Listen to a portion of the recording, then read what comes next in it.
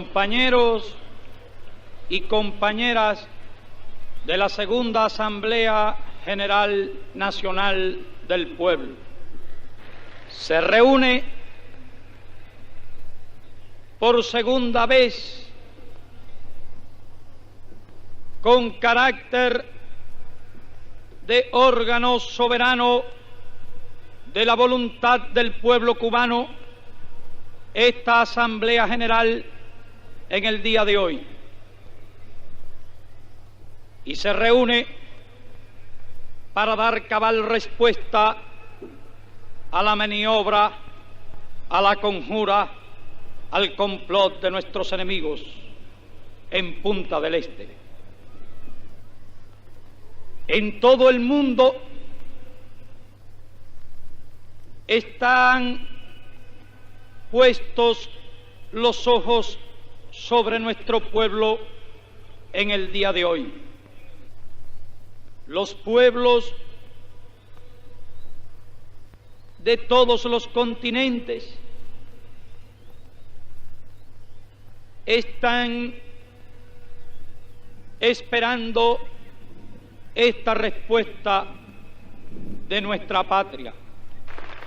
Vamos pues a lo más importante de esta tarde, que es la segunda declaración de La Habana. Nuestro mensaje a los pueblos de América y del mundo, la palabra de nuestro pueblo en este minuto histórico, respaldada por este pueblo, respaldada por su presencia de tal manera como nunca en América estuvo respaldada ninguna palabra, ningún mensaje. Con nosotros se encuentran numerosos latinoamericanos que visitan a nuestro país o participaron de la Conferencia de los Pueblos de La Habana.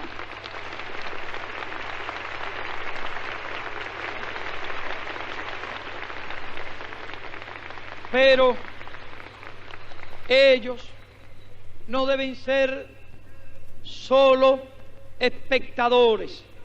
Proponemos a la Asamblea General Nacional del Pueblo que los latinoamericanos no sean espectadores, sino que tengan derecho también a votar junto con el pueblo de Cuba la Declaración de La Habana.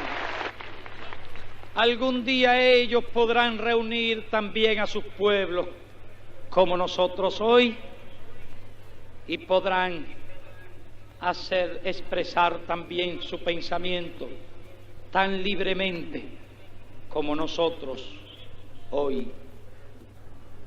Preste el pueblo atención a cada palabra, a cada frase de este documento, de esta segunda declaración,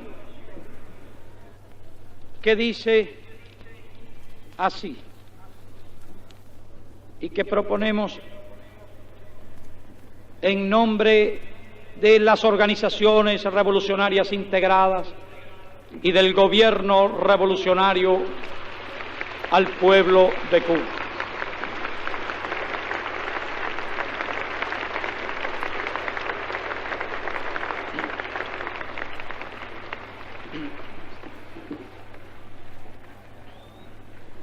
Del pueblo de Cuba a los pueblos de América y del mundo. Vísperas de su muerte, en carta inconclusa porque una bala española le atravesó el corazón, el 18 de mayo de 1895, José Martí, apóstol de nuestra independencia,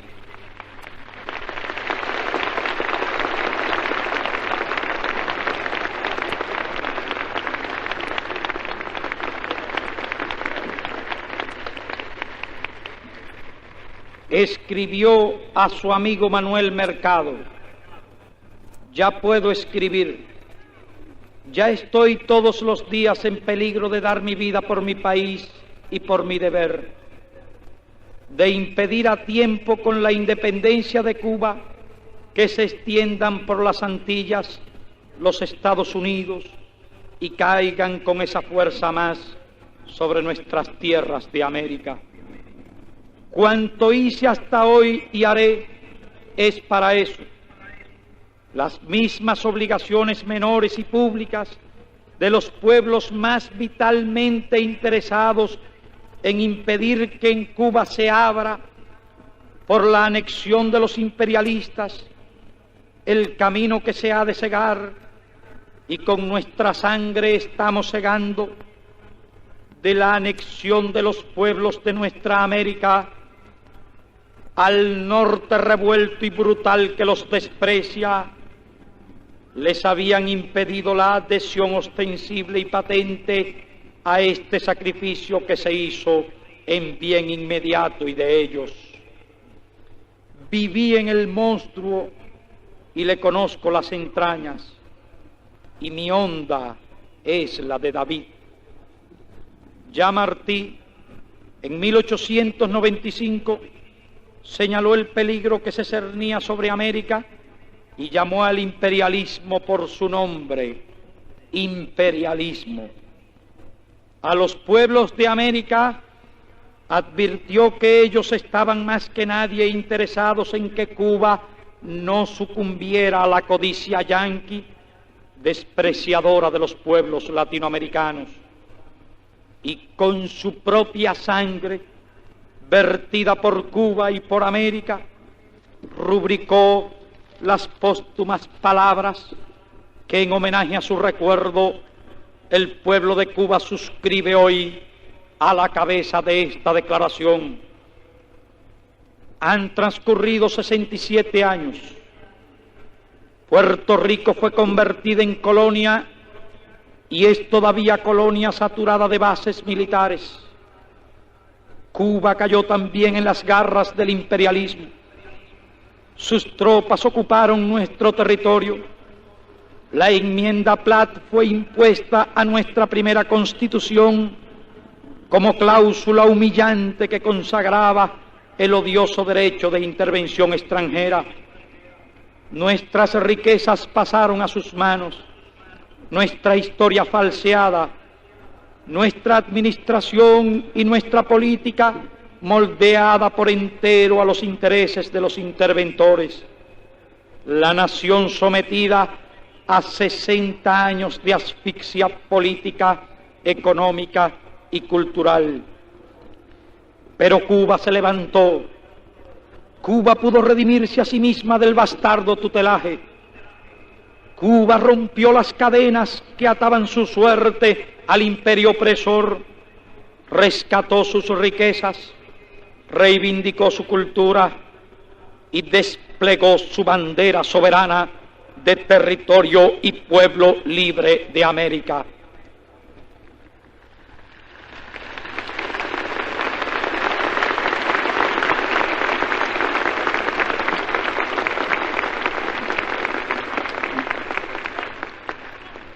Ya los Estados Unidos no podrán caer jamás sobre América con la fuerza de Cuba, pero en cambio, dominando a la mayoría de los estados de América Latina, Estados Unidos pretende caer sobre Cuba con la fuerza de América. ¿Qué es la historia de Cuba sino la historia de América Latina? ¿Y qué es la historia de América Latina sino la historia de Asia, África y Oceanía? ¿Y qué es la historia de todos estos pueblos sino la historia de la explotación más despiadada y cruel del imperialismo en el mundo entero?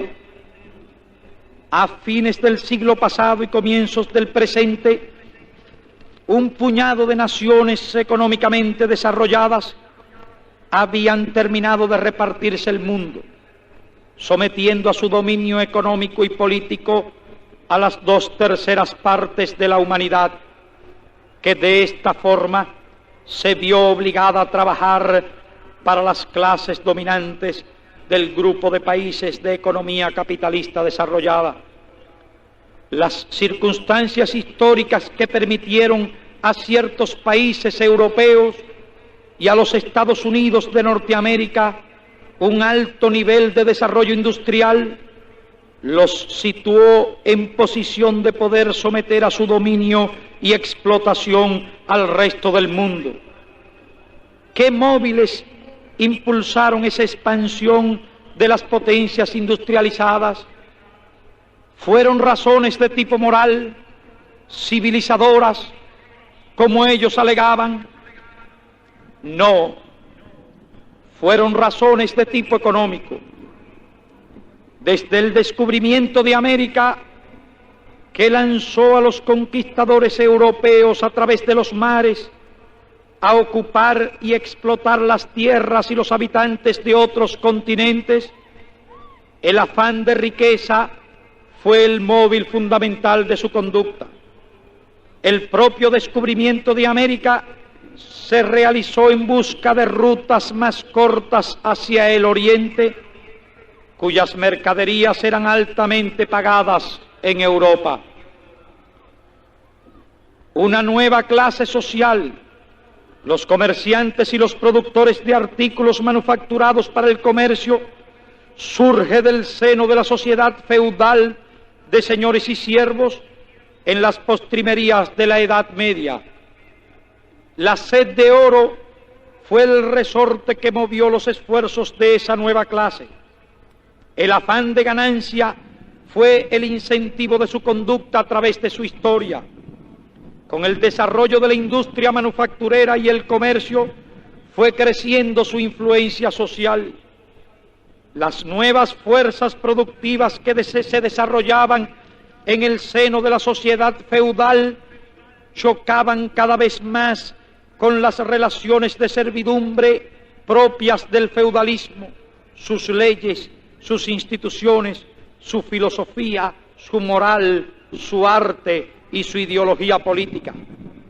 Nuevas ideas filosóficas y políticas, nuevos conceptos del derecho y del Estado fueron proclamados por los representantes intelectuales de la clase burguesa. Poco a poco se hicieron conciencia en las masas explotadas. Eran entonces ideas revolucionarias frente a las ideas caducas de la sociedad feudal. Los campesinos, los artesanos y los obreros de las manufacturas, encabezados por la burguesía, echaron por tierra el orden feudal, su filosofía, sus ideas, sus instituciones, sus leyes y los privilegios de la clase dominante, es decir, la nobleza hereditaria. Entonces la burguesía consideraba justa y necesaria la revolución.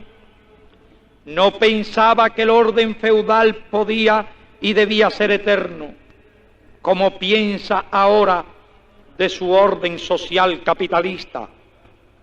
Alentaba a los campesinos a librarse de la servidumbre feudal, alentaba a los artesanos contra las relaciones gremiales y reclamaba el derecho al poder político. Los monarcas absolutos, la nobleza y el alto clero defendían tenazmente sus privilegios de clase, proclamando el derecho divino de la corona y la intangibilidad del orden social. Ser liberal, proclamar las ideas de Voltaire, Diderot o Juan Jacobo Rousseau, portavoces de la filosofía burguesa, constituía entonces para las clases dominantes un delito tan grave como es hoy para la burguesía ser socialista y proclamar las ideas de Marx, Engels y Lenin.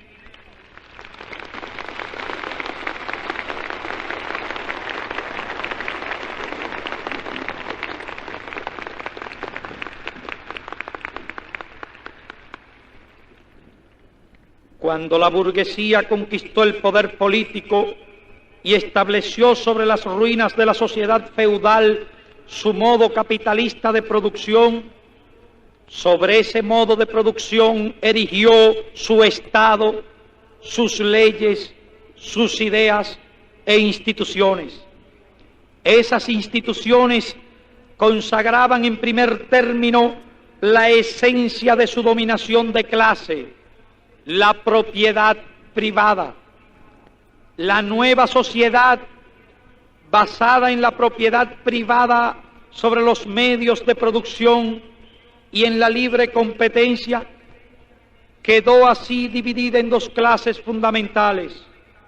Una, poseedora de los medios de producción cada vez más modernos y eficientes. La otra, desprovista de toda riqueza, poseedora solo de su fuerza de trabajo, obligada a venderla en el mercado como una mercancía más para poder subsistir. Rotas las trabas del feudalismo, las fuerzas productivas se desarrollaron extraordinariamente. Surgieron las grandes fábricas donde se acumulaba un número cada vez mayor de obreros. Las fábricas más modernas y técnicamente eficientes iban desplazando del mercado a los competidores menos eficaces. El costo de los equipos industriales se hacía cada vez mayor. Era necesario acumular cada vez sumas superiores de capital. Una parte importante de la producción se fue acumulando en un número menor de manos. Surgieron así las grandes empresas capitalistas y más adelante las asociaciones de grandes empresas a través de cárteles, sindicatos, trusts y consorcios, según el grado y el carácter de la asociación, controlados por los poseedores de la mayoría de las acciones, es decir, por los más poderosos caballeros de la industria. La libre concurrencia, característica del capitalismo en su primera fase, dio paso a los monopolios que concertaban acuerdos entre sí y controlaban los mercados. ¿De dónde salieron las colosales sumas de recursos que permitieron a un puñado de monopolistas acumular miles de millones de dólares? Sencillamente de la explotación del trabajo humano. Millones de hombres obligados a trabajar por un salario de subsistencia produjeron con su esfuerzo los gigantescos capitales de los monopolios. Los trabajadores acumularon las fortunas de las clases privilegiadas, cada vez más ricas, cada vez más poderosas. A través de las instituciones bancarias llegaron a disponer éstas no sólo de su propio dinero, sino también del dinero de toda la sociedad. Así se produjo la fusión de los bancos con la gran industria y nació el capital financiero. ¿Qué hacer entonces con los grandes excedentes de capital que en cantidades mayores se iban acumulando? Invadir con ellos el mundo. Siempre en pos de la ganancia, comenzaron a apoderarse de las riquezas naturales de todos los países económicamente débiles y a explotar el trabajo humano de sus pobladores con salarios mucho más míseros que los que se veían obligados a pagar a los obreros de la propia metrópoli. Se inició así el reparto territorial y económico del mundo. En 1914, 8 o 10 países imperialistas habían sometido a su dominio económico y político fuera de sus fronteras a territorios cuya extensión ascendía a 83.700.000 kilómetros cuadrados, con una población de 970 millones de habitantes. Sencillamente se habían repartido el mundo. Pero como el mundo era limitado en extensión, repartido ya hasta el último rincón del globo, vino el choque entre los distintos países monopolistas y surgieron las pugnas por nuevos repartos, originadas en la distribución no proporcional al poder industrial y económico que los distintos países monopolistas en desarrollo desigual habían alcanzado. Estallaron las guerras imperialistas que costarían a la humanidad 50 millones de muertos, decenas de millones de inválidos e incalculables riquezas materiales y culturales destruidas. Aún no había sucedido esto cuando ya Marx escribió que el capital recién nacido rezumaba sangre y fango por todos los poros, desde los pies a la cabeza. El sistema capitalista de producción, una vez que hubo dado de sí todo lo que era capaz, se convirtió en un abismal obstáculo al progreso de la humanidad. Pero la burguesía, desde su origen, llevaba en sí misma su contrario. En su seno se desarrollaron gigantescos instrumentos productivos, pero a su vez se desarrolló una nueva y vigorosa fuerza social, el proletariado, llamado a cambiar el sistema social ya viejo y caduco del capitalismo por una forma económico-social superior y acorde con las posibilidades históricas de la sociedad humana, convirtiendo en propiedad de toda la sociedad esos gigantescos medios de producción que los pueblos, y nada más que los pueblos con su trabajo, habían creado y acumulado. A tal grado de desarrollo de las fuerzas productivas, resultaba absolutamente caduco y anacrónico un régimen que postulaba la posesión privada y con ello la subordinación de la economía de millones y millones de seres humanos a los dictados de una exigua minoría social. Los intereses de la humanidad reclamaban el cese de la anarquía en la producción, el derroche, las crisis económicas y las guerras de rapiña propias del sistema capitalista. Las crecientes necesidades del género humano y la posibilidad de satisfacerla exigían el desarrollo planificado de la economía y la utilización racional de sus medios de producción y recursos naturales. Era inevitable que el imperialismo y el colonialismo entraran en profunda e insalvable crisis. La crisis general se inició a raíz de la Primera Guerra Mundial con la revolución de los obreros y campesinos que derrocó el imperio zarista de Rusia e implantó en dificilísimas condiciones de cerco y agresión capitalista el primer Estado socialista del mundo, iniciando una nueva era en la historia de la humanidad. Desde entonces hasta nuestros días, la crisis y la descomposición del sistema imperialista se han acentuado incesantemente.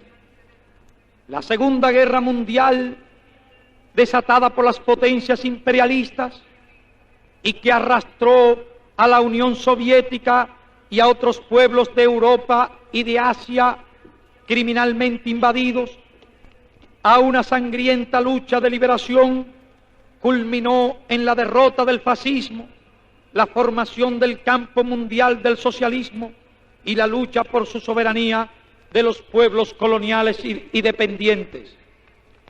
Entre 1945 y 1957, más de 1.200 millones de seres humanos conquistaron su independencia en Asia y en África.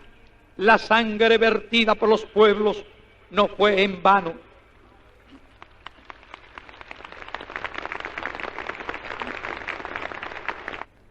El movimiento de los pueblos dependientes y colonializados es un fenómeno de carácter universal que agita al mundo y marca la crisis final del imperialismo. Cuba y América forman parte del mundo.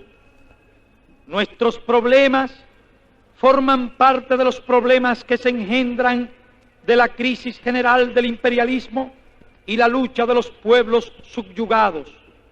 El choque entre el mundo que nace y el mundo que muere. La odiosa y brutal campaña desatada contra nuestra patria expresa el esfuerzo desesperado como inútil que los imperialistas hacen para evitar la liberación de los pueblos. Cuba duele de manera especial a los imperialistas. ¿Qué es lo que se esconde tras el odio yanqui a la revolución cubana? ¿Qué explica racionalmente la conjura que reúne en el mismo propósito agresivo a la potencia imperialista más rica y poderosa del mundo contemporáneo y a las oligarquías de todo un continente que juntos suponen representar una población de 350 millones de seres humanos contra un pequeño pueblo de solo 7 millones de habitantes, económicamente subdesarrollado, sin recursos financieros ni militares para amenazar ni la seguridad ni la economía de ningún país? Los une y los concita el miedo, lo explica el miedo, no el miedo a la revolución cubana, el miedo a la revolución latinoamericana.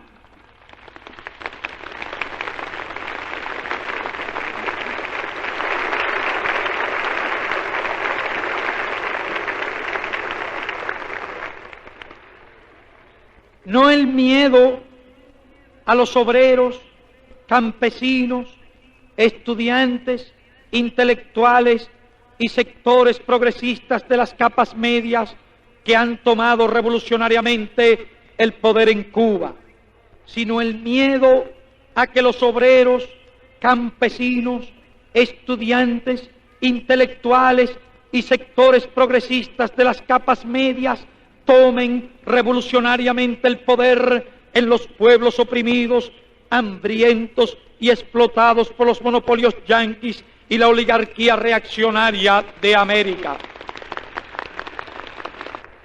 El miedo a que los pueblos saqueados del continente arrebaten las armas a sus opresores y se declaren como Cuba pueblos libres de América.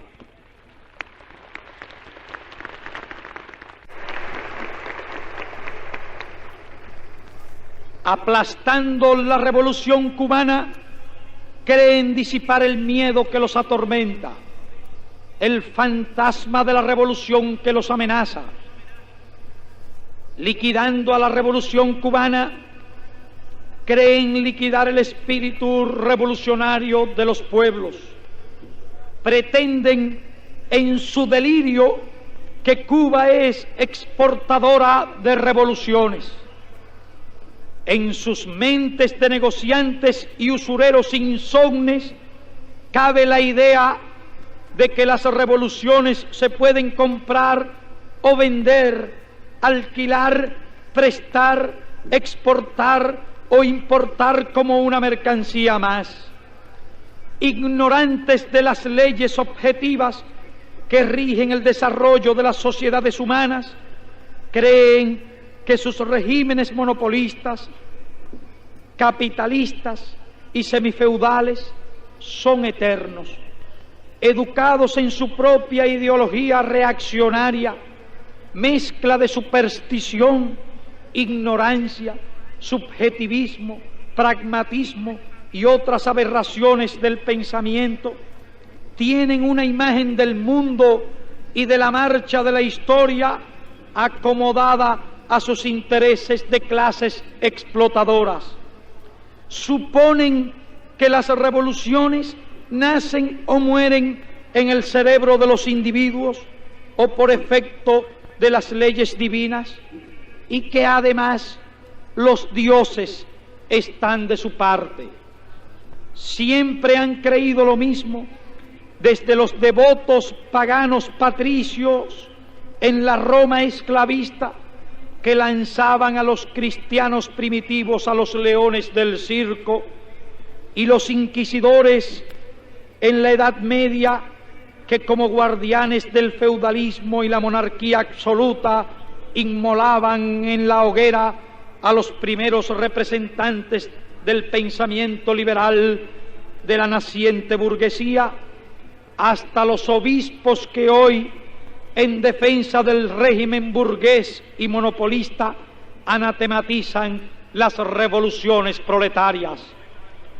Todas las clases reaccionarias, en todas las épocas históricas, cuando el antagonismo entre explotadores y explotados llega a su máxima tensión, presagiando el advenimiento de un nuevo régimen social, han acudido a las peores armas de la represión y la calumnia contra sus adversarios. Acusados de incendiar a Roma y de sacrificar niños en sus altares, los cristianos primitivos fueron llevados al martirio. Acusados de hereje, fueron llevados por los inquisidores a la hoguera filósofos como Giordano Bruno, reformadores como Hus y miles de inconformes más con el orden feudal.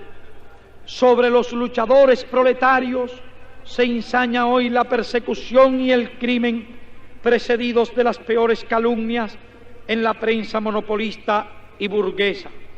Siempre, en cada época histórica, las clases dominantes han asesinado invocando la defensa de la sociedad, del orden, de la patria, su sociedad de minorías privilegiadas sobre mayorías explotadas, su orden clasista que mantienen a sangre y fuego sobre los desposeídos, la patria que disfrutan ellos solos, privando de ese disfrute al resto del pueblo, para reprimir a los revolucionarios que aspiran a una sociedad nueva, un orden justo, una patria verdadera para todos.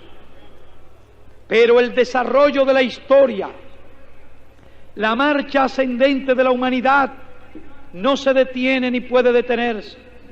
Las fuerzas que impulsan a los pueblos, que son los verdaderos constructores de la historia, determinadas por las condiciones materiales de su existencia y la aspiración a metas superiores de bienestar y libertad, que surgen cuando el progreso del hombre en el campo de la ciencia, de la técnica y de la cultura lo hacen posible, son superiores a la voluntad y al terror que desatan las oligarquías dominantes.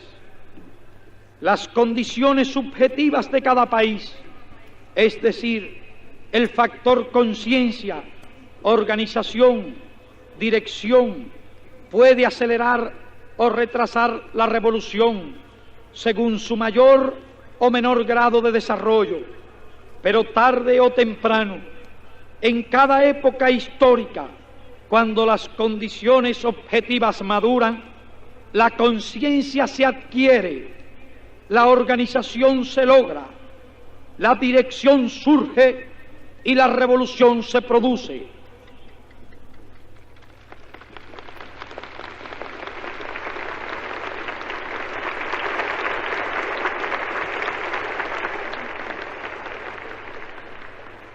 Que ésta tenga lugar por cauces pacíficos o nazca al mundo después de un parto doloroso, no depende de los revolucionarios, depende de las fuerzas reaccionarias de la vieja sociedad, que se resisten a dejar nacer la sociedad nueva, que es engendrada por las contradicciones que lleva en su seno la vieja sociedad.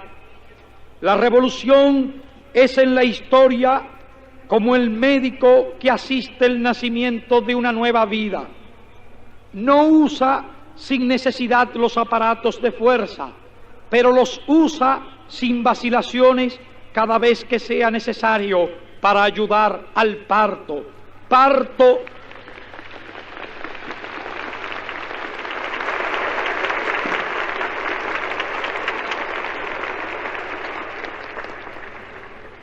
Parto que trae a las masas esclavizadas y explotadas la esperanza de una vida mejor.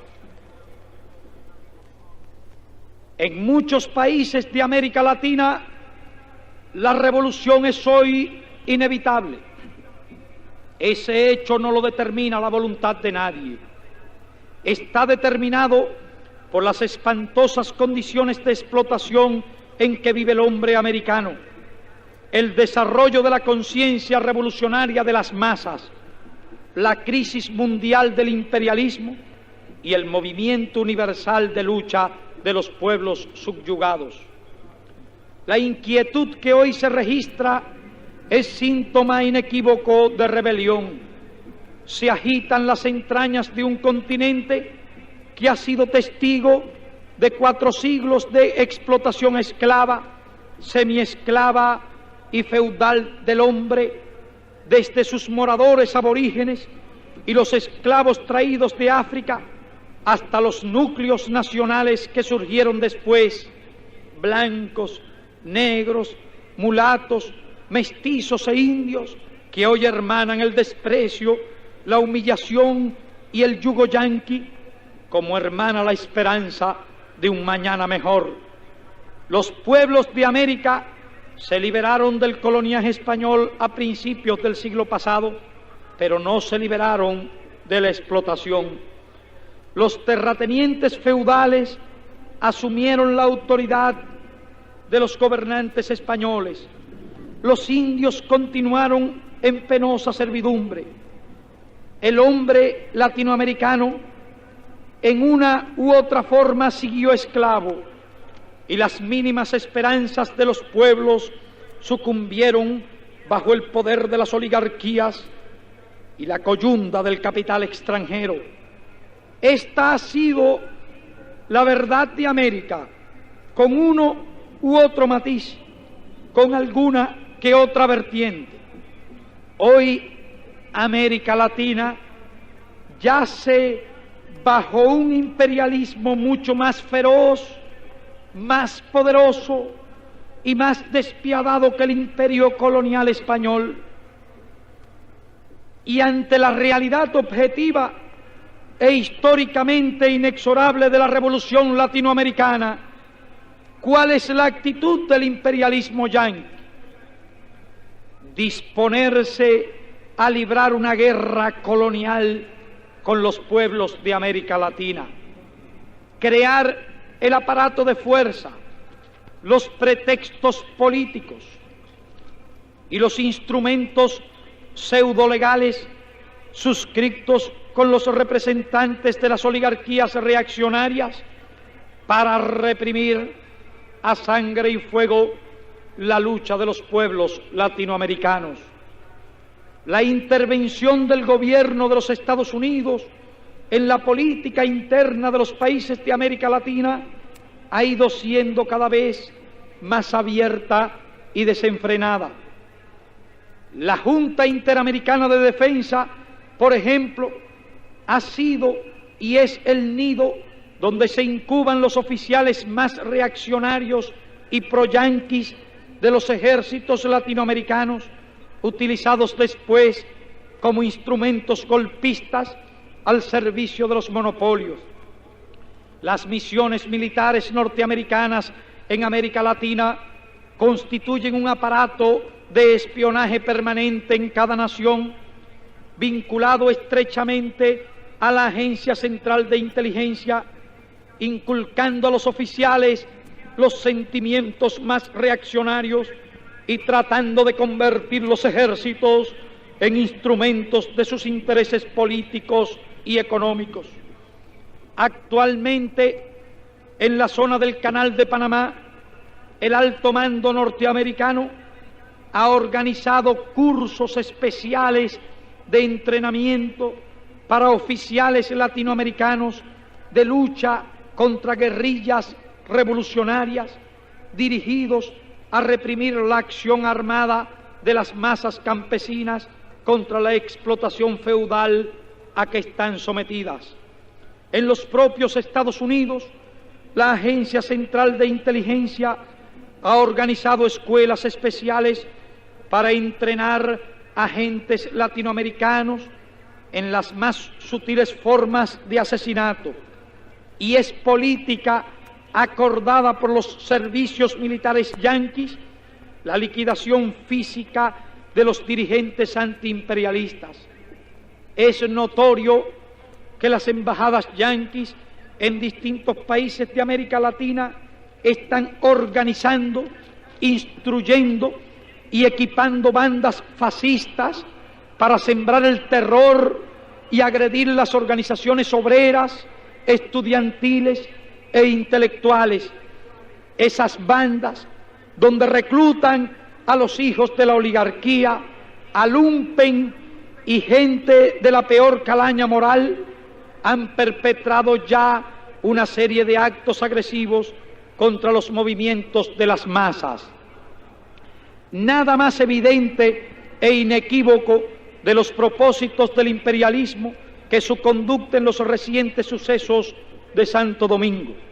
Sin ningún tipo de justificación, sin mediar siquiera relaciones diplomáticas con esa república, los Estados Unidos, después de situar sus barcos de guerra frente a la capital dominicana, declararon con su habitual insolencia que si el gobierno de Balaguer solicitaba ayuda militar, desembarcarían sus tropas en Santo Domingo contra la insurgencia del pueblo dominicano. Que el poder de Balaguer fuera absolutamente espurio, que cada pueblo soberano de América deba tener derecho a resolver sus problemas internos sin intervención extranjera, que existan normas internacionales y una opinión mundial, que incluso existiera una OEA, no contaban para nada en las consideraciones de los Estados Unidos. Lo que sí contaban eran sus designios de impedir la revolución dominicana, la reimplantación de los odiosos desembarcos de su infantería de marina, sin más base ni requisito para fundamentar ese nuevo concepto filibustero del derecho que la simple solicitud de un gobernante tiránico, ilegítimo y en crisis. Lo que esto significa no debe escapar a los pueblos. En América Latina hay sobrados gobernantes de ese tipo dispuestos a utilizar las tropas yanquis contra sus respectivos pueblos cuando se vean en crisis. Esta política declarada del imperialismo norteamericano de enviar soldados a combatir el movimiento revolucionario en cualquier país de América Latina, es decir, a matar obreros, estudiantes, campesinos, a hombres y mujeres latinoamericanos, no tiene otro objetivo que el de seguir manteniendo sus intereses monopolistas y los privilegios de la oligarquía traidora que los apoya.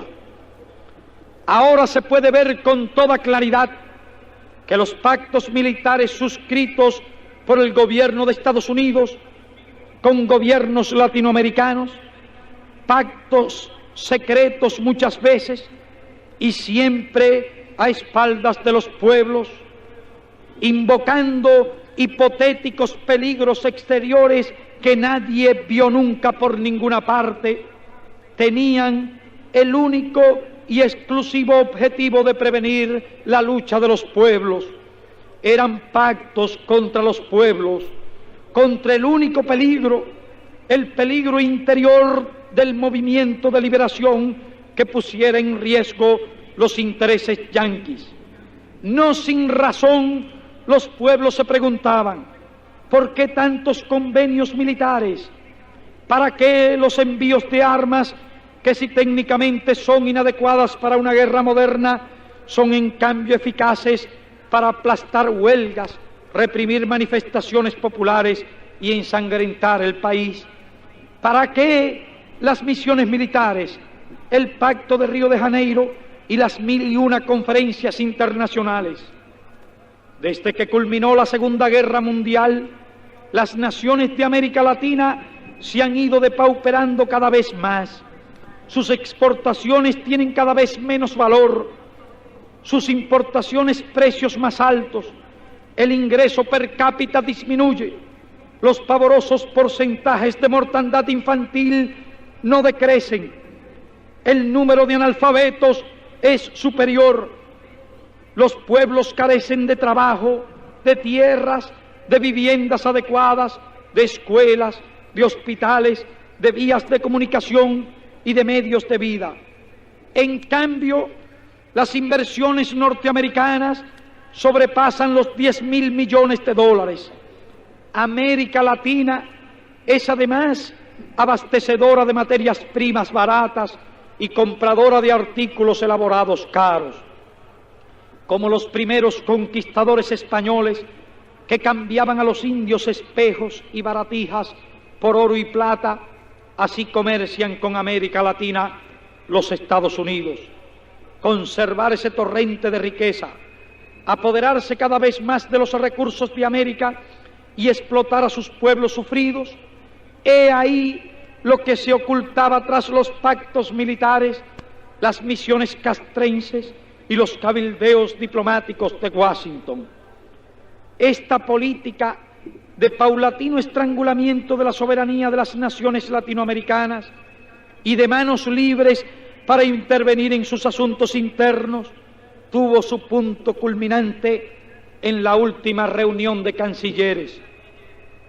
En Punta del Este, el imperialismo yanqui reunió a los cancilleres para arrancarles mediante presión política y chantaje económico sin precedentes, con la complicidad de un grupo de los más desprestigiados gobernantes de este continente, la renuncia a la soberanía nacional de nuestros pueblos y la consagración del odiado derecho de intervención yanqui en los asuntos internos de América, el sometimiento de los pueblos a la voluntad omnímoda de Estados Unidos de Norteamérica, contra la cual lucharon todos los próceres desde Bolívar hasta Sandino.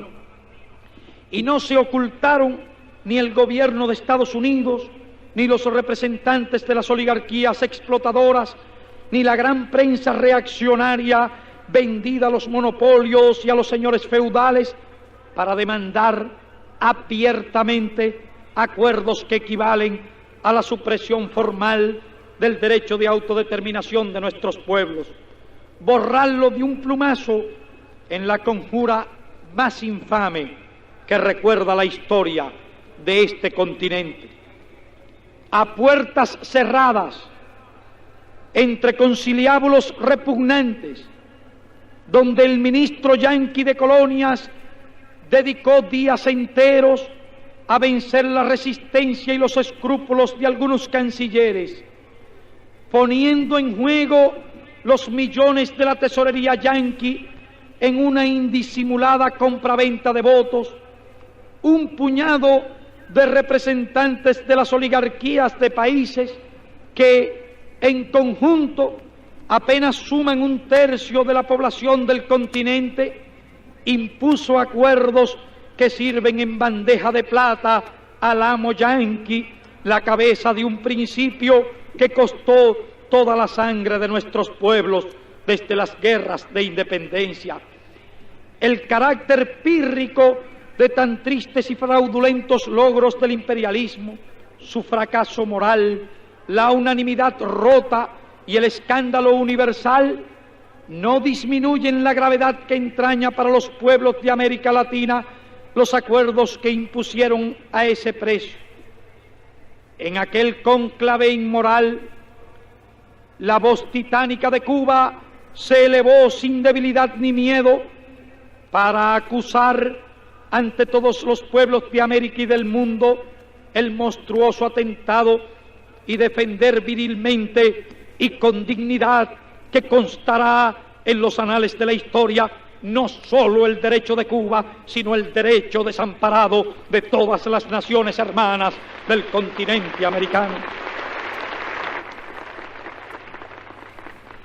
La palabra de Cuba no podía tener eco en aquella mayoría amaestrada, pero tampoco podía tener respuesta. Solo cabía el silencio impotente ante sus demoledores argumentos, la diafanidad y valentía de sus palabras. Pero Cuba no habló para los cancilleres, Cuba habló para los pueblos y para la historia, donde sus palabras tendrán eco y respuesta. En Punta del Este se libró una gran batalla ideológica entre la Revolución Cubana y el imperialismo yanqui. ¿Qué representaban allí? ¿Por quién habló cada uno de ellos? Cuba representó los pueblos. Estados Unidos representó los monopolios. Cuba habló por las masas explotadas de América. Estados Unidos por los intereses oligárquicos, explotadores e imperialistas. Cuba por la soberanía. Estados Unidos por la intervención. Cuba por la nacionalización de las empresas extranjeras. Estados Unidos por nuevas inversiones de capital foráneo. Cuba por la cultura. Estados Unidos por la ignorancia. Cuba por la reforma agraria. Estados Unidos por el latifundio. Cuba por la industrialización de América. Estados Unidos por el subdesarrollo. Cuba por el trabajo creador. Estados Unidos por el sabotaje y el terror contrarrevolucionario que practican sus agentes, la destrucción de cañaverales y fábricas, los bombardeos de sus aviones piratas contra el trabajo de un pueblo pacífico. Cuba por los alfabetizadores asesinados. Estados Unidos por los asesinos.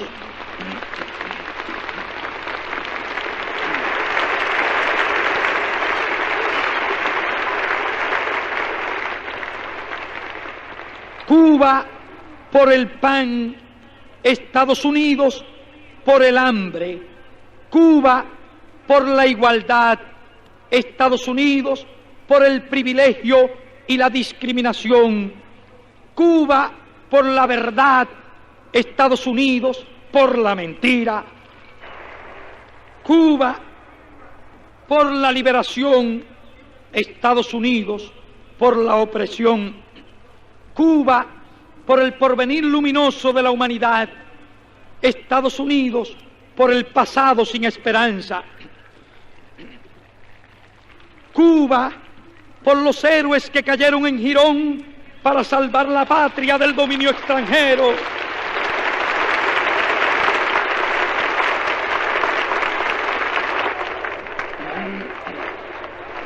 Estados Unidos por los mercenarios y traidores que sirven al extranjero contra su patria.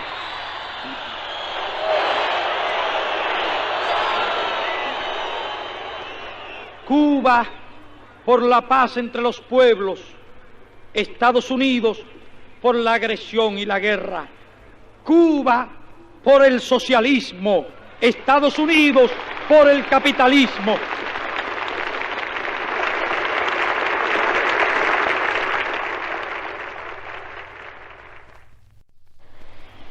Los acuerdos obtenidos por Estados Unidos con métodos tan bochornosos que el mundo entero critica, no restan, sino que acrecentan la moral y la razón de Cuba.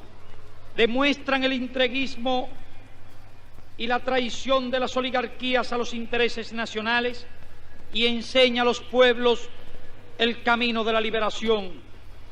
Revela la podredumbre de las clases explotadoras en cuyo nombre hablaron sus representantes en Punta del Este.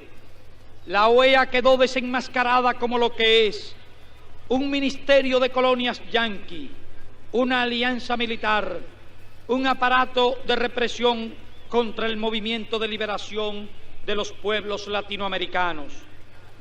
Cuba ha vivido 3 años de revolución bajo incesante hostigamiento de intervención yanqui en nuestros asuntos internos. Aviones piratas procedentes de Estados Unidos, lanzando materias inflamables, han quemado millones de arrobas de caña.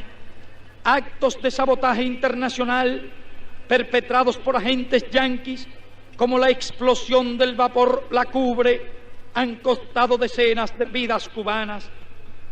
Miles de armas norteamericanas de todos tipos han sido lanzadas en paracaídas por los servicios militares de Estados Unidos sobre nuestro territorio para promover la subversión.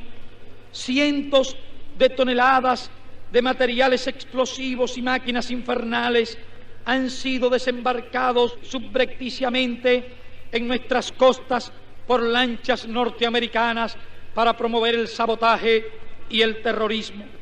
Un obrero cubano fue torturado en la base naval de Guantánamo y privado de la vida sin proceso previo ni explicación posterior alguna.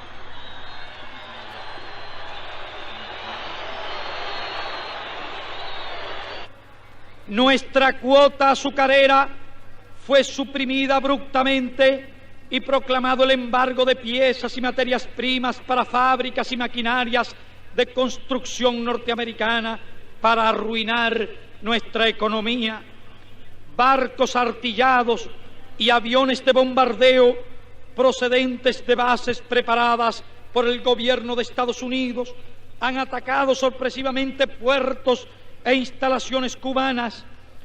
Tropas mercenarias organizadas y entrenadas en países de América Central por el propio gobierno han invadido en son de guerra nuestro territorio, escoltados por barcos de la flota yanqui y con apoyo aéreo desde bases exteriores, provocando la pérdida de numerosas vidas y la destrucción de bienes materiales.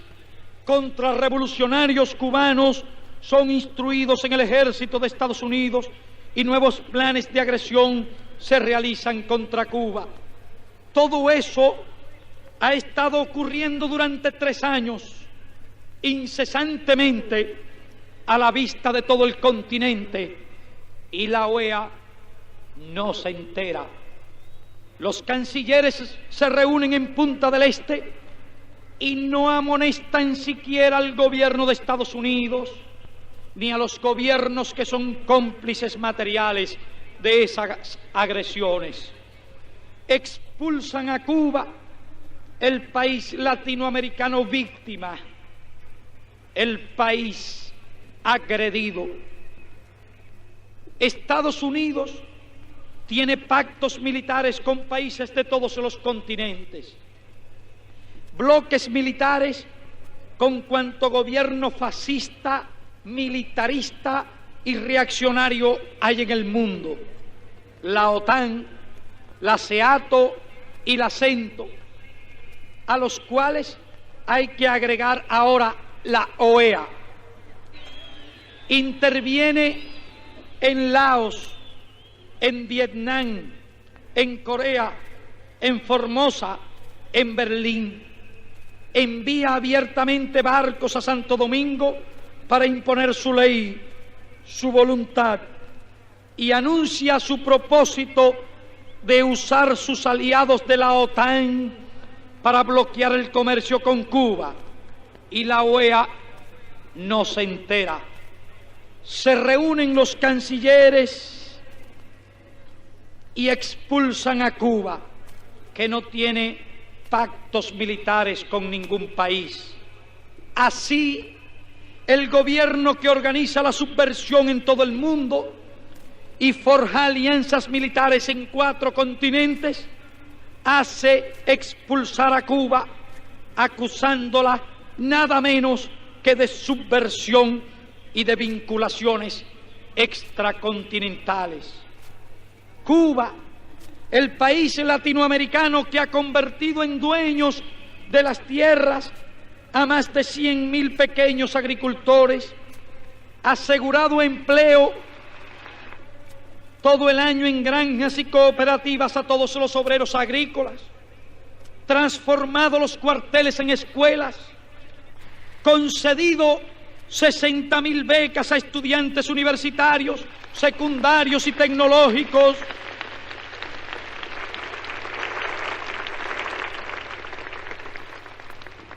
creado aulas para la totalidad de la población infantil, liquidado totalmente el analfabetismo, cuadruplicado los servicios médicos, nacionalizado las empresas monopolistas,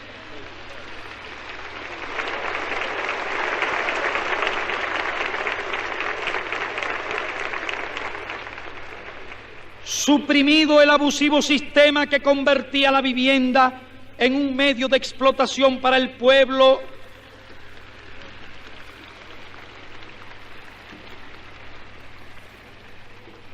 eliminado virtualmente el desempleo, suprimido la discriminación por motivo de raza o sexo,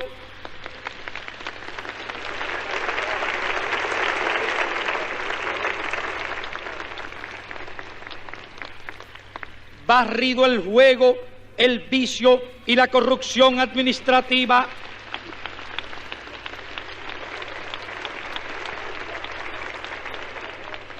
armado al pueblo,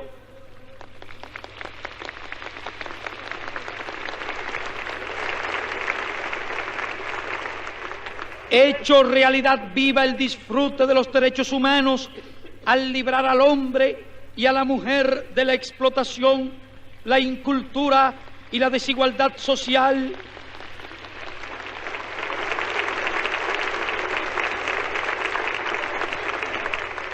que se ha liberado de todo tutelaje extranjero, adquiriendo plena soberanía y establecido las bases para el desarrollo de su economía, a fin de no ser más país monoproductor y exportador de materias primas, es expulsada de la Organización de Estados Americanos por gobiernos que no han logrado para sus pueblos ni una sola de estas reivindicaciones.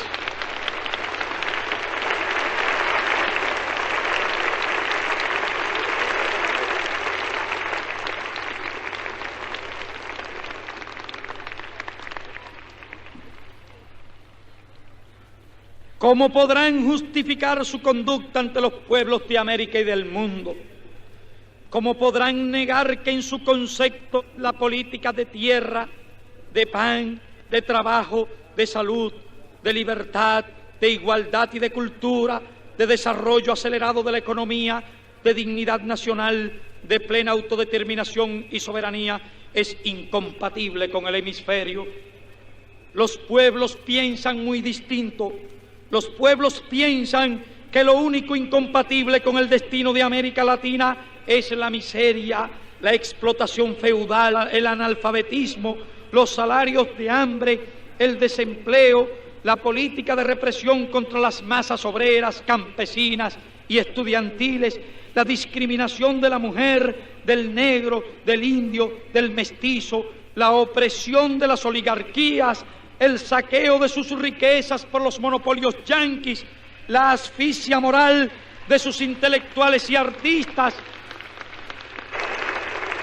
la ruina de sus pequeños productores por la competencia extranjera, el subdesarrollo económico, los pueblos sin caminos, sin hospitales, sin viviendas, sin escuelas, sin industrias, el sometimiento al imperialismo, la renuncia a la soberanía nacional y la traición a la patria. ¿Cómo podrán hacer entender su conducta, la actitud condenatoria para con Cuba los imperialistas? ¿Con qué palabras les van a hablar y con qué sentimiento a quienes han ignorado, aunque sí explotado por tan largo tiempo? Quienes estudian los problemas de América suelen preguntar qué país, quiénes han enfocado con corrección la situación de los indigentes, de los pobres, de los indios, de los negros, de la infancia desvalida, esa inmensa infancia de 30 millones en 1950, que será de 50 millones dentro de 8 años más. Sí, ¿quiénes? ¿Qué país? 32 millones de indios vertebran, tanto como la misma cordillera de los Andes, el continente americano entero. Claro que para quienes lo han considerado casi como una cosa, más que como una persona, esa humanidad no cuenta, no contaba y creían que nunca contaría. Como suponía, no obstante, una fuerza ciega de trabajo debía ser utilizado como se utiliza una yunta de bueyes o un tractor. ¿Cómo podrá creerse en ningún beneficio, en ninguna alianza para el progreso con el imperialismo?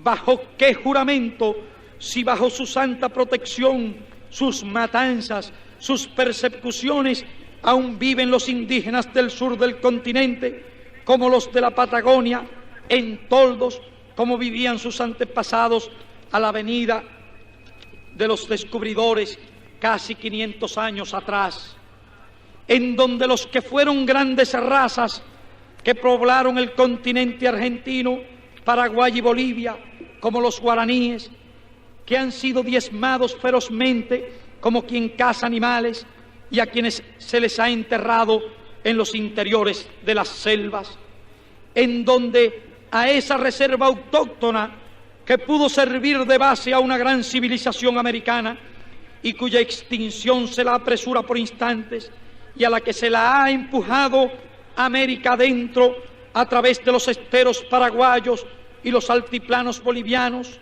tristes, rudimentarios, razas melancólicas, embrutecidas por el alcohol y los narcóticos a los que se acogen para por lo menos sobrevivir en las infrahumanas condiciones, no solo de alimentación en que viven, en donde una cadena de manos se estira casi inútilmente, todavía se viene estirando por siglos inútilmente por sobre los lomos de la cordillera, sus faldas, a lo largo de los grandes ríos y por entre las sombras de los bosques, para unir sus miserias con los demás que perecen lentamente, las tribus brasileñas y las del norte del continente y sus costas, hasta alcanzar a los 100.000 motilones de Venezuela, en el más increíble atraso y salvajemente confinados en las selvas amazónicas o las sierras de Perijá,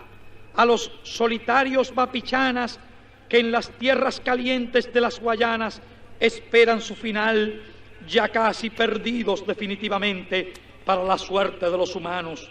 Sí, a todos estos 32 millones de indios que se extienden desde la frontera con los Estados Unidos hasta los confines del hemisferio sur, y 45 millones de mestizos que en gran parte poco difieren de los indios, a todos estos indígenas, a este formidable caudal de trabajo, de derechos pisoteados, sí, ¿qué les puede ofrecer el imperialismo?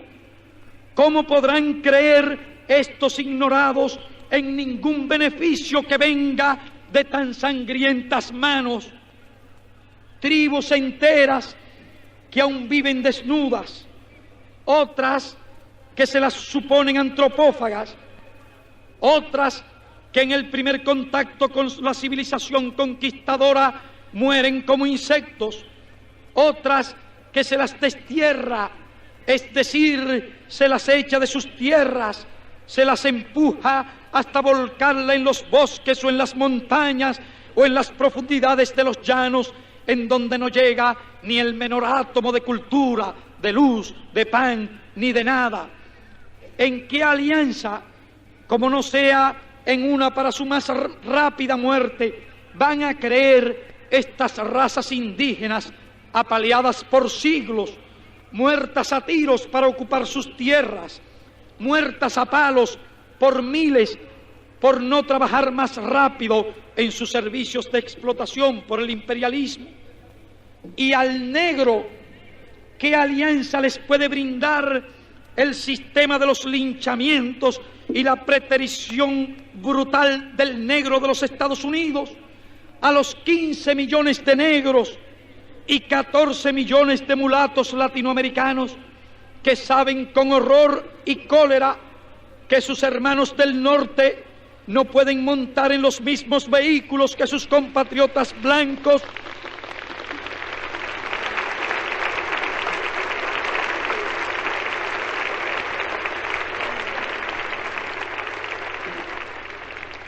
ni asistir a las mismas escuelas, ni siquiera morir en los mismos hospitales. ¿Cómo han de creer en este imperialismo, en sus beneficios, en sus alianzas, que no sean para lincharlos y explotarlos como esclavos, estos núcleos étnicos preteridos? Esas masas que no han podido gozar ni medianamente de ningún beneficio cultural, social o profesional, que aún en donde son mayorías o forman millones, son maltratados por los imperialistas disfrazados de Ku Klux Klan, son arrojados a las barriadas más insalubres, a las casas colectivas menos confortables, hechas para ellos, empujados a los oficios más ignobles, a los trabajos más duros y a las profesiones menos lucrativas que no supongan contactos con las universidades, las altas academias o escuelas particulares. ¿Qué alianza para el progreso puede servir de estímulo a esos 107 millones de hombres y mujeres de nuestra América, médula del trabajo en ciudades y campos, cuya piel oscura, negra, mestiza, mulata, india, inspira desprecio a los nuevos colonizadores? ¿Cómo van a confiar en la supuesta alianza los que en Panamá han visto con mal contenida impotencia que hay un salario para el yanqui y otro salario para el panameño que ellos consideran raza inferior? ¿Qué pueden esperar los obreros con sus jornales de hambre, los trabajos más rudos, las condiciones más miserables, la desnutrición, las enfermedades y todos los males que incuba la miseria? ¿Qué les puede decir?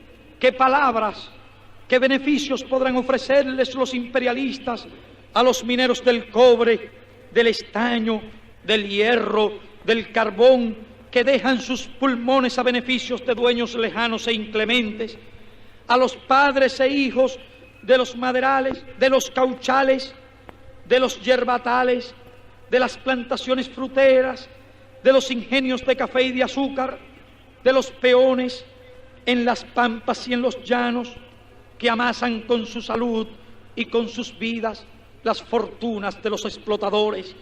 ¿Qué pueden esperar estas masas inmensas que producen las riquezas que crean los valores, que ayudan a parir un nuevo mundo en todas partes. ¿Qué pueden esperar del imperialismo? Esa boca insaciable, esa mano insaciable, sin otro horizonte inmediato que la miseria, el desamparo más absoluto, la muerte fría y sin historia al fin. ¿Qué puede esperar esta clase que ha cambiado el curso de la historia en otras partes del mundo, que ha revolucionado al mundo, que es vanguardia de todos los humildes y explotados? ¿Qué puede esperar del imperialismo, su más irreconciliable enemigo? ¿Qué puede ofrecer el imperialismo? ¿Qué clase de beneficio? ¿Qué suerte de vida mejor y más justa? ¿Qué motivo? ¿Qué aliciente? ¿Qué interés para superarse, para lograr trascender sus sencillos y primarios escalones a maestros, a profesores, a profesionales, a intelectuales, a los poetas y a los artistas, a los que cuidan celosamente las generaciones de niños y jóvenes para que el imperialismo se cebe luego en ellos, a quienes viven sueldos humillantes en la mayoría de los países, a los que sufren las limitaciones de su expresión política y social en casi todas partes, que no sobrepasan en sus posibilidades económicas más que la simple línea de sus precarios recursos y compensaciones, enterrados en una vida gris y sin horizontes, que acaba en una jubilación que entonces ya no cubre ni la mitad de los gastos. ¿Qué beneficios o alianzas podrá ofrecerles el imperialismo que no sean las que redunden en su total provecho? Si les crea fuentes de ayuda a sus profesiones, a sus artes, a sus publicaciones, es siempre en el bien entendido de que sus producciones deberán reflejar sus intereses, sus objetivos, sus nadas. Las novelas que traten de reflejar la realidad del mundo de sus aventuras rapaces, los poemas que quieran traducir protestas por su avasallamiento, por su injerencia en la vida, en la mente, en las vísceras de sus países y pueblos, las artes combativas que pretendan apresar en sus expresiones las formas y contenido de su agresión y constante presión sobre todo lo que vive y alienta progresivamente, todo lo que es revolucionario, lo que enseña, lo que trata de guiar, lleno de luz y de conciencia, de claridad y de belleza, a los hombres y a los pueblos a mejores destinos, hacia más altas cumbres del pensamiento, de la vida y de la justicia, encuentra la reprobación más encarnizada del imperialismo, encuentra la valla, la condena, la persecución macartista.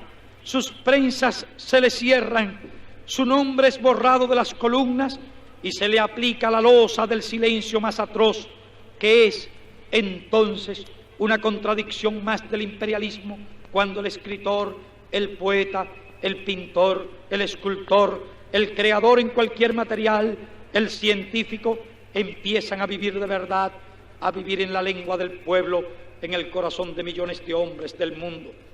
El imperialismo todo lo trastroca, lo deforma, lo canaliza por sus vertientes para su provecho hacia la multiplicación de su dólar, comprando palabras o cuadros o mudez, o transformando en silencio la expresión de los revolucionarios, de los hombres progresistas, de los que luchan por el pueblo y sus problemas. No podíamos olvidar en este triste cuadro la infancia desvalida, desatendida, la infancia sin porvenir de América. América, que es un continente de natalidad elevada, tiene también una mortalidad elevada. La mortalidad de niños de menos de un año en 11 países ascendía hace pocos años a 125 por 1000 y en otros 17 a 90 niños. En 102 países del mundo, en cambio, esa tasa alcanza a 51. En América, pues, se mueren tristemente, desatendidamente, 74 niños en cada 1000 en el primer año de su nacimiento. Hay países latinoamericanos en los que esa tasa alcanza en algunos lugares a 300 por 1000. Miles y miles de niños hasta los 7 años mueren en América de enfermedades increíbles, diarreas, pulmonías, desnutrición, hambre, miles y miles de otras enfermedades sin atención en los hospitales, sin medicinas. Miles y miles ambulan heridos de cretinismo endémico, paludismo, tracoma y otros males producidos por las contaminaciones, la falta de agua y otras necesidades. Males de esta naturaleza son una cadena en los países americanos en donde agonizan millares y millares de niños, hijos de parias, hijos de pobres y de pequeños burgueses con vida dura y precarios medios. Los datos, que serán redundantes, son de escalofrío. Cualquier publicación oficial de los organismos internacionales los reúne por cientos. En los aspectos educacionales, indigna pensar el nivel de incultura que padece esta América, mientras que Estados Unidos logra un nivel de 8 y 9 años de escolaridad en la población de 19 años de edad en adelante. América Latina, saqueada y esquilmada por ellos, tiene menos de un año escolar aprobado como nivel en esas mismas edades. E indigna más aún cuando sabemos que de los niños entre 5 y 14 años solamente están matriculados en algunos países un 20% y en los de más alto nivel el 60%. Es decir, que más de la mitad de la infancia de América Latina no concurre a la escuela. Pero el dolor sigue creciendo cuando comprobamos que la matrícula de los 3 primeros grados corresponde más del 80% de los matriculados y que en el grado sexto la matrícula fluctúa apenas entre 6 y 22 alumnos de cada 100 que comenzaron en el primero. Hasta en los países que creen haber atendido a su infancia, ese porcentaje de pérdida escolar entre el primero y el sexto grado es del 73% como promedio. En Cuba, antes de la revolución, era del 74%. En la Colombia de la democracia representativa es del 78%. Y si se fija la vista en el campo, solo el 1% de los niños llega, en el mejor de los casos, al 5º grado de enseñanza. Cuando se investiga este desastre del absentismo escolar, una causa es la que lo explica: la economía de miseria, falta de escuelas, falta de maestros, falta de recursos familiares, trabajo infantil, en definitiva, el imperialismo y su obra de opresión y retraso.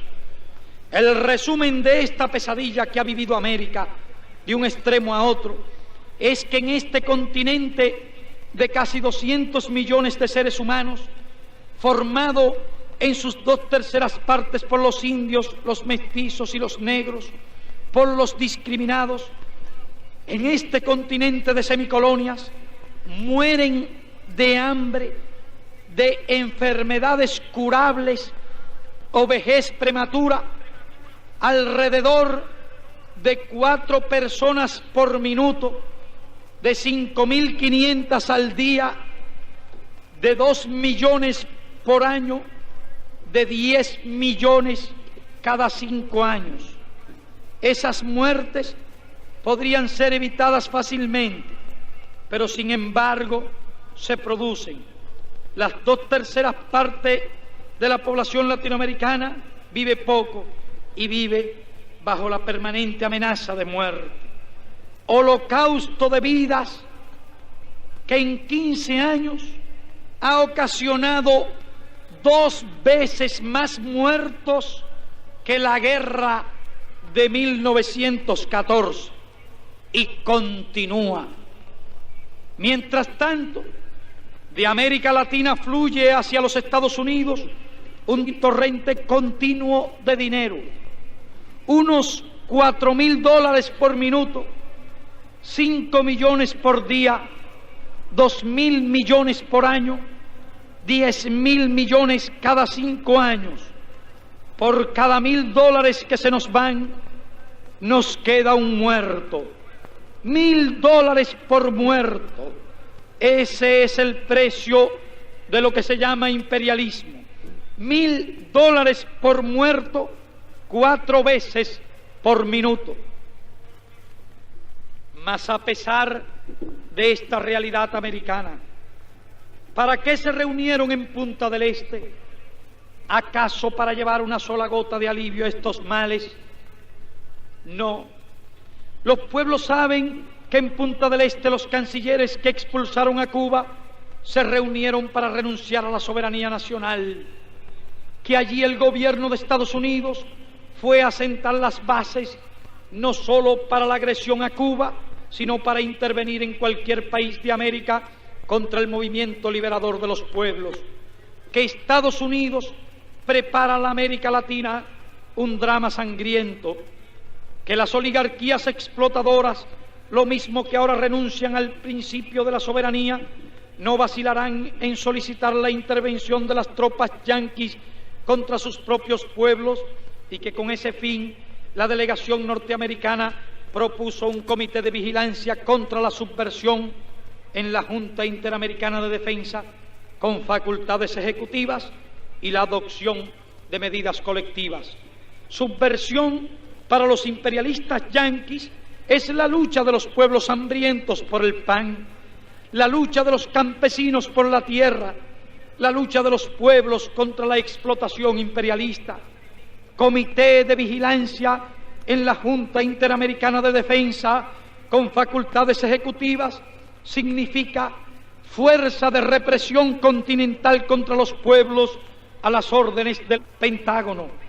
Medidas colectivas significan desembarcos de infantes de marina yanquis en cualquier país de América. Frente a la acusación de que Cuba quiere exportar su revolución, respondemos: las revoluciones no se exportan, las hacen los pueblos.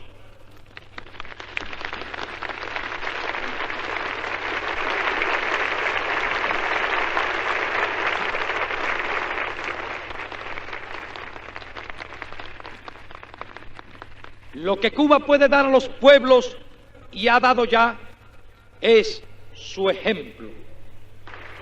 ¿Y qué enseña la revolución cubana? Que la revolución es posible, que los pueblos pueden hacerla, que en el mundo contemporáneo no hay fuerzas capaces de impedir el movimiento de liberación de los pueblos. Nuestro triunfo no habría sido jamás factible si la revolución misma no hubiese estado inexorablemente destinada a surgir de las condiciones existentes en nuestra realidad económico-social, realidad que existe en grado mayor aún en un buen número de países de América Latina. Ocurre inevitablemente que en las naciones donde es más fuerte el control de los monopolios yanquis, más despiadada la explotación de la oligarquía y más insoportable la situación de las masas obreras y campesinas, el poder político se muestra más férreo, los estados de sitio se vuelven habituales, se reprime por la fuerza toda manifestación de descontento de las masas y el cauce democrático se cierra por completo, revelándose con más evidencia que nunca el carácter de brutal dictadura que asume el poder de las clases dominantes. Es entonces cuando se hace inevitable el estallido revolucionario de los pueblos.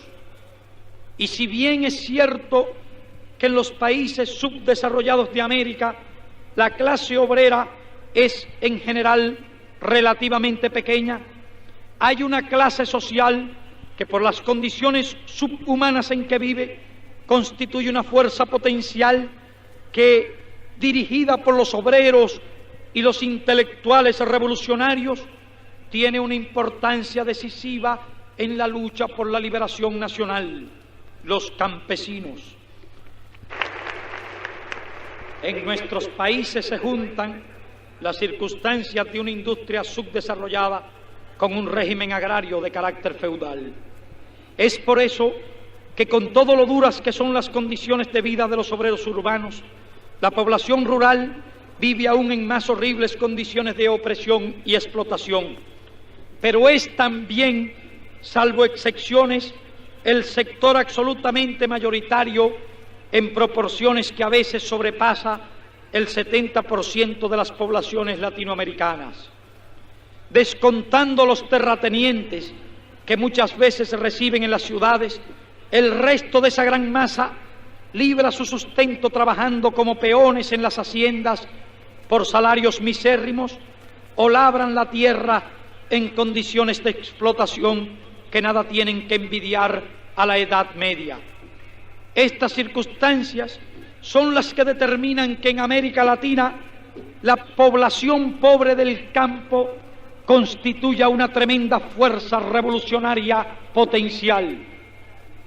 Los ejércitos, estructurados y equipados para la guerra convencional, que son la fuerza en que se sustenta el poder de las clases explotadoras, cuando tienen que enfrentarse a la lucha irregular de los campesinos en el escenario natural de estos, resultan absolutamente impotentes.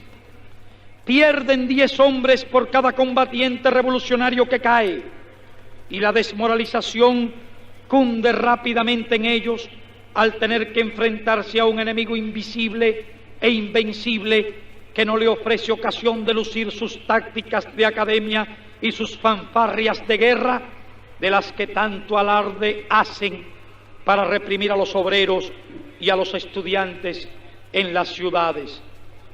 La lucha inicial de reducidos núcleos combatientes se nutre incesantemente de nuevas fuerzas. El movimiento de masas comienza a desatarse. El viejo orden se resquebraja poco a poco en 1000 pedazos, y es entonces el momento en que la clase obrera y las masas urbanas deciden la batalla.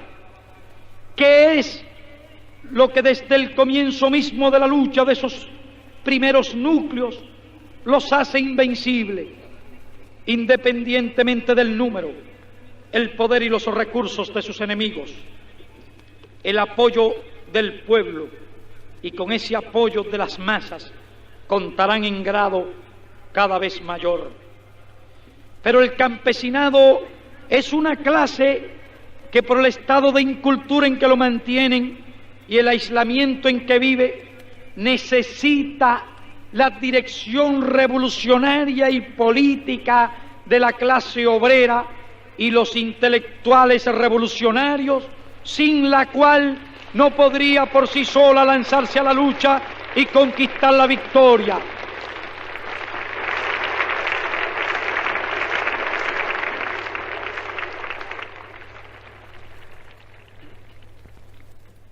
En las actuales condiciones históricas de América Latina, la burguesía nacional no puede encabezar la lucha antifeudal y antiimperialista. La experiencia demuestra que en nuestras naciones esa clase, aun cuando sus intereses son contradictorios con los del imperialismo yanqui, ha sido incapaz de enfrentarse a este, paralizada por el miedo a la revolución social y asustada por el clamor de las masas explotadas. Situadas ante el dilema imperialismo o revolución, solo sus capas más progresistas estarán con el pueblo. La actual correlación mundial de fuerzas y el movimiento universal de liberación de los pueblos coloniales y dependientes señalan a la clase obrera y a los intelectuales revolucionarios de América Latina su verdadero papel, que es el de situarse resueltamente a la vanguardia de la lucha contra el imperialismo y el feudalismo. El imperialismo, utilizando los grandes monopolios cinematográficos, sus agencias cablegráficas, sus revistas, libros y periódicos reaccionarios, acude a las mentiras más sutiles para sembrar el divisionismo e inculcar entre la gente más ignorante el miedo y la superstición a las ideas revolucionarias que sólo a los intereses de los poderosos explotadores y a sus seculares privilegios pueden y deben asustar. El divisionismo, producto de toda clase de prejuicios, ideas falsas y mentiras, el sectarismo, el dogmatismo, la falta de amplitud para analizar el papel que corresponde a cada capa social, a sus partidos, organizaciones y dirigentes, dificultan la unidad de acción imprescindible entre las fuerzas democráticas y progresistas de nuestros pueblos. Son vicios de crecimiento, enfermedades de la infancia del movimiento revolucionario que deben quedar atrás. En la lucha antiimperialista y antifeudal es posible vertebrar la inmensa mayoría del pueblo tras metas de liberación que unan el esfuerzo de la clase obrera, los campesinos, los trabajadores intelectuales, la pequeña burguesía y las capas más progresistas de la burguesía nacional. Estos sectores comprenden la inmensa mayoría de la población y aglutinan grandes fuerzas sociales capaces de barrer el dominio imperialista y la reacción feudal. En ese amplio movimiento pueden y deben luchar juntos por el bien de sus naciones, por el bien de sus pueblos y por el bien de América, desde el viejo militante marxista hasta el católico sincero que no tenga nada que ver con los monopolios yanquis y los señores feudales de la tierra. Ese movimiento podría arrastrar consigo a los elementos progresistas de las Fuerzas Armadas, humillados también por las misiones militares yanquis, la traición a los intereses nacionales de las oligarquías feudales y la inmolación de la soberanía nacional a los dictados de Washington.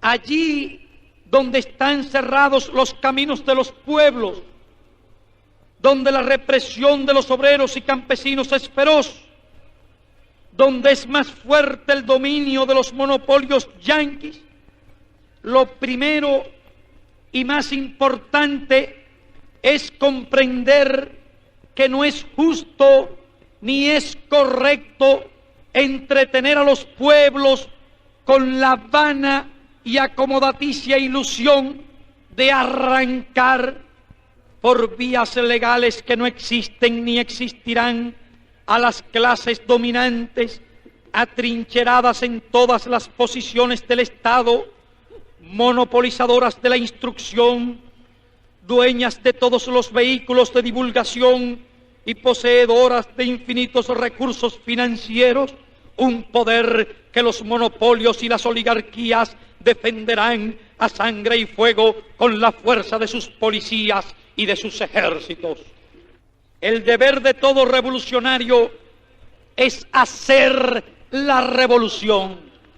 Se sabe que en América y en el mundo la revolución vencerá, pero no es de revolucionario sentarse en la puerta de su casa para ver pasar el cadáver del imperialismo. El papel de Job no cuadra con el de un revolucionario. Cada año que se acelere la liberación de América significará millones de niños que se salven para la vida, millones de inteligencias que se salven para la cultura, infinitos caudales de dolor que se ahorrarían los pueblos. Aun cuando los imperialistas yanquis preparen para América un drama de sangre, no lograrán aplastar la lucha de los pueblos, concitarán contra ellos el odio universal y será también el drama que marque el ocaso de su voraz y cavernícola sistema.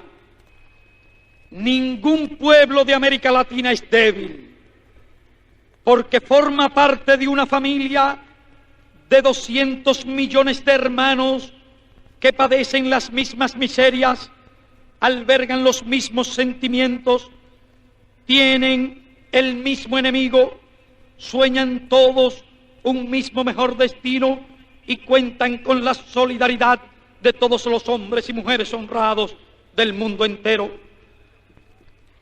Con lo grande que fue la epopeya de la independencia de América Latina, con lo heroica que fue aquella lucha, a la generación de latinoamericanos de hoy les ha tocado una epopeya mayor y más decisiva todavía para la humanidad, porque aquella lucha fue para librarse del poder colonial español, de una España decadente, invadida por los ejércitos de Napoleón. Hoy le toca la lucha de liberación frente a la metrópoli imperial más poderosa del mundo, frente a la fuerza más importante del sistema imperialista mundial, y para prestarle a la humanidad un servicio todavía más grande del que le prestaron nuestros antepasados. Pero esta lucha, más que aquella, la harán las masas, la harán los pueblos, van a jugar un papel mucho más importante que entonces. Los hombres, los dirigentes importan e importarán en esta lucha menos de lo que importaron en aquella. Esta epopeya que tenemos delante la van a escribir las masas hambrientas de indios, de campesinos sin tierras, de obreros explotados. La van a escribir las masas progresistas, los intelectuales honestos y brillantes que tanto abundan en nuestras sufridas tierras de América Latina. Lucha de masas y de ideas, epopeya que llevarán adelante nuestros pueblos maltratados y despreciados por el imperialismo. Nuestros pueblos desconocidos hasta hoy, que ya empiezan a quitarle el sueño. Nos consideraba rebaño impotente y sumiso, y ya se empieza a asustar de ese rebaño gigante de 200 millones de latinoamericanos, en los que advierte ya a sus sepultureros el capital monopolista yanqui. Con esta humanidad trabajadora, con estos explotados infrahumanos, paupérrimos, manejados por los métodos de Fuete y Mayoral, no se ha contado o se ha contado poco. Desde los albores de la independencia, sus destinos han sido los mismos: indios, gauchos, mestizos, zambos, cuarterones, blancos sin bienes ni rentas. Toda esa masa humana que se formó en las filas de la patria que nunca disfrutó, que cayó por millones, que fue despedazada, que ganó la independencia de sus metrópolis para la burguesía, esa que fue desterrada de los repartos, siguió ocupando el último escalón de los beneficios sociales, siguió muriendo de hambre, de enfermedades curables, de desatención, porque para ella nunca alcanzaron los bienes salvadores, el simple pan, la cama de un hospital, la medicina que salva, la mano que ayuda. Pero la hora de su reivindicación, la hora que ella misma se ha elegido, la vienen señalando con precisión ahora también de un extremo a otro del continente. Ahora esta masa anónima, esta América de color sombría, taciturna, que canta en todo el continente con una misma tristeza y desengaño, ahora esta masa es la que empieza a entrar definitivamente en su propia historia, la empieza a escribir con su sangre, la empieza a sufrir y a morir, porque ahora por los campos y las montañas de América, por las faldas de sus sierras, por sus llanuras y sus selvas, entre la soledad o en el tráfico de las ciudades o en las costas de los grandes océanos y ríos, se empieza a estremecer este mundo lleno de razones, con los puños calientes de deseos de morir por lo suyo, de conquistar sus derechos, casi 500 años burlados por unos y por otros. Ahora sí, la historia tendrá que contar con los pobres de América, con los explotados y vilipendiados de América Latina, que han decidido empezar a escribir ellos mismos para siempre su historia. Ya se les ve por los caminos, un día y otro, a pie, en marchas sin términos de cientos de kilómetros, para llegar hasta los Olimpos gobernantes a recabar sus derechos. Ya se les ve armados de piedras, de palos, de machetes, de un lado y otro, cada día ocupando las tierras, fincando sus garfios en la tierra que les pertenece y defendiéndola con su vida. Se les ve llevando sus cartelones, sus banderas, sus consignas, haciéndolas correr en el viento por entre las montañas o a lo largo de los llanos. Y esa ola de estremecido rencor, de justicia reclamada, de derecho pisoteado, que se empieza a levantar por entre las tierras de Latinoamérica, esa ola ya no parará más. Esa ola irá creciendo cada día que pase, porque esa ola la forman los mayoritarios en todos los aspectos, los que acumulan con su trabajo las riquezas, crean los valores, hacen andar las ruedas de la historia y que ahora despiertan del largo sueño embrutecedor a que los sometieron. Porque esta gran humanidad ha dicho basta y ha echado a andar, y su marcha de gigantes ya no se detendrá hasta conquistar la verdadera independencia, por la que ya han muerto más de una vez inútilmente. Ahora, en todo caso, los que mueran morirán como los de Cuba, los de Playa Girón, morirán por su única, verdadera, irrenunciable independencia. Patria o muerte, venceremos. El pueblo de Cuba, La Habana, Cuba, territorio libre de América, febrero 4 de 1962. La Asamblea General Nacional del Pueblo de Cuba resuelve que esta declaración sea conocida como Segunda Declaración de La Habana, trasladada a los principales idiomas y distribuida en todo el mundo.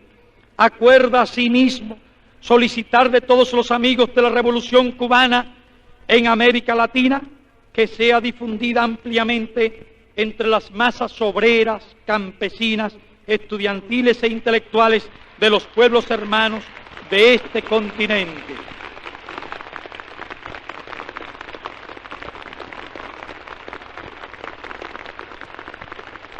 Se somete a la aprobación del pueblo esta declaración y se solicita que todos los ciudadanos que estén de acuerdo levanten la mano.